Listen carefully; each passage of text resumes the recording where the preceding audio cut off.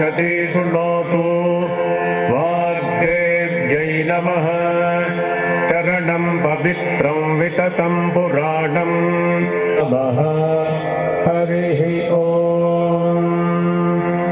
गणानां त्वा गणपतिं हवामहे कविं कवीनामुपमश्रवस्तमम्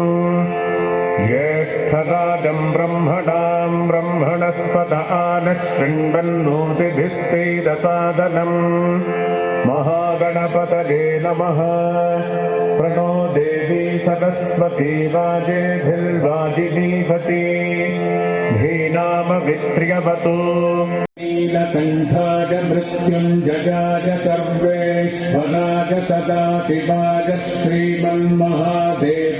नमः नमो हिरण्यबाहवे सेनान्ये दिशां च पतये नमो नमो वृक्षेभ्यो हरिकेशेभ्यः पशूनां पतये नमो नमः सस्मिञ्जराय कृषीमते पथीनां पतये सर्वविद्यदजक्ष्मकुं तुमना असते अध्यवोचदधिभक्ता प्रथमो दैव्योऽभिषगे अवश्रोतारम् अवधातारम् अवधाता